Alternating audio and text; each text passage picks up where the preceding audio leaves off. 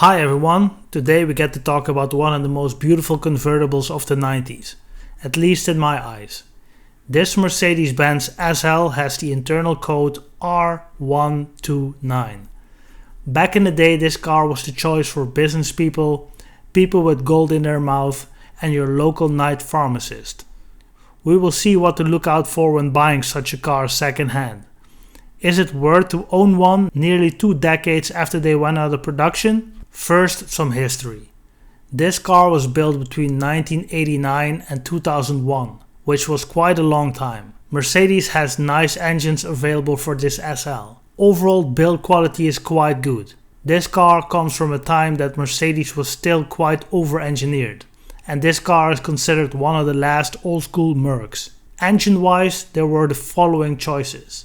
When being introduced in the late 80s, there were 3 engine choices. There was a 300 SL with the M103 engine.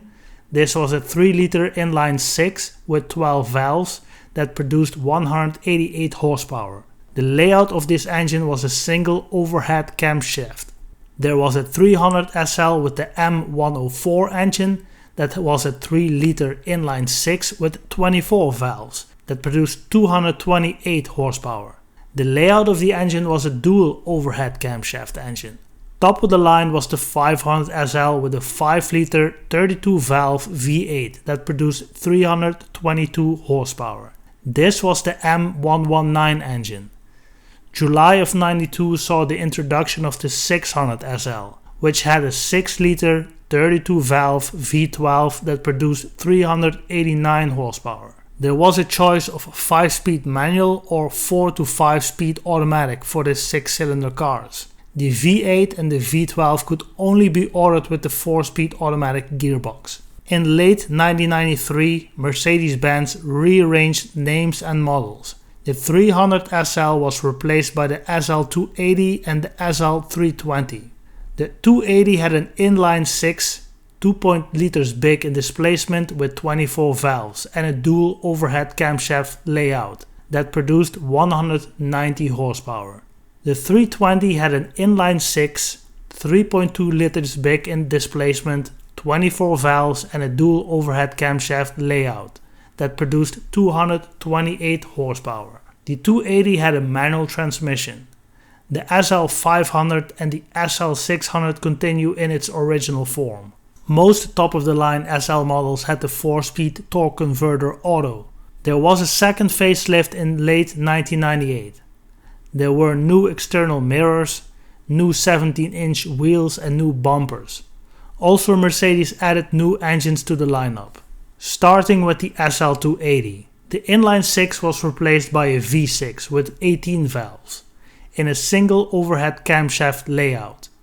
The engine was 2.8 liters big in displacement and produced 201 horsepower. The SL300 was a V6 with 18 valves that produced 221 horsepower. And the SL500, a 5-liter V8 with 24 valves, produced 302 horsepower. Engine codes for the SL are as following.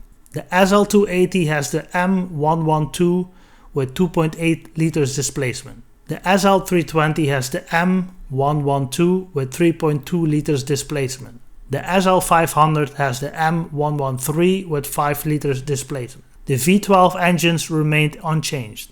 Enough about the engine codes and power output. Let's focus on some of the weaker points of this car. The control unit of the convertible roof. The heaters of the seat. The electronical adjustments of the seat. Leaks of the valve cover gasket. Leaks of the power steering pump. Shock absorbers will wear and tear. The engine will sometimes hold back on power. This could have multiple reasons, all of which could be registered in the ECU of the car. Sometimes the wire harness of the car could digest over time, and so did the engine insulation. The SL300 with the 24-valve engine is prone to more valve head gasket problems, especially if the car has driven for small distances often, or the previous owner saved money on maintenance. Always check if the convertible top functions properly. Also check the brakes on the car. This car has quite some performance and it's still quite heavy. The engine uses some oil, so keep an eye on that as well. Using oil is always better than losing oil. Most performance engines use some oil from time to time. In some cases, owners reported oil loss on the cardan shaft, but this issue does not only occur to the SL300 24 valve. The 6-cylinder cars probably most sensible to buy. All these cars came with a standard lift-up hardtop, which is a 2-person job to remove. Instrument cluster changed from mechanical to digital in 1996. The best pick is probably the 224 brake horsepower 320 SL V6 from June 1998 with the 5-speed automatic transmission. There are several limited editions. The first one is from June 2000 with the 18-inch 6-hole alloys. Let's move on to some other weaker points of this SL. The automatic gearbox is prone to change its gears on corners when you don't want it to. Hugely better replacement with electronic folding hardtop arrived in early 2002 and was promptly sold out. Watch out for the following. Cars with a doubtful past in the trade. Left-hand drive to right-hand drive conversions. Clones.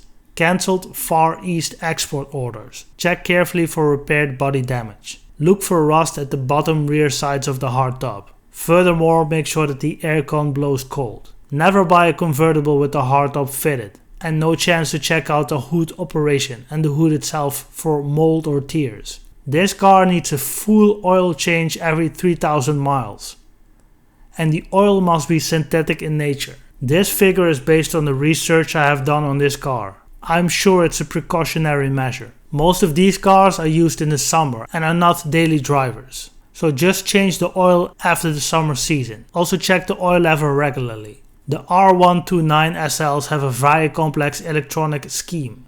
So the older the car is, the more likely this will be flaky due to moisture ingress, breaking down of insulation, etc. Best to buy the later production models. Report on the intermittent electric problems for the 1996 R. Some report trouble with the SRS warning light on the dashboard.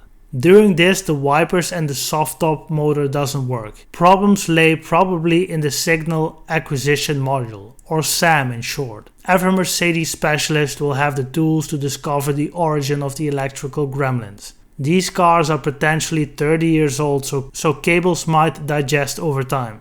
There are a lot of enthusiasts for these types of cars. The faults and potential weaker points are well documented.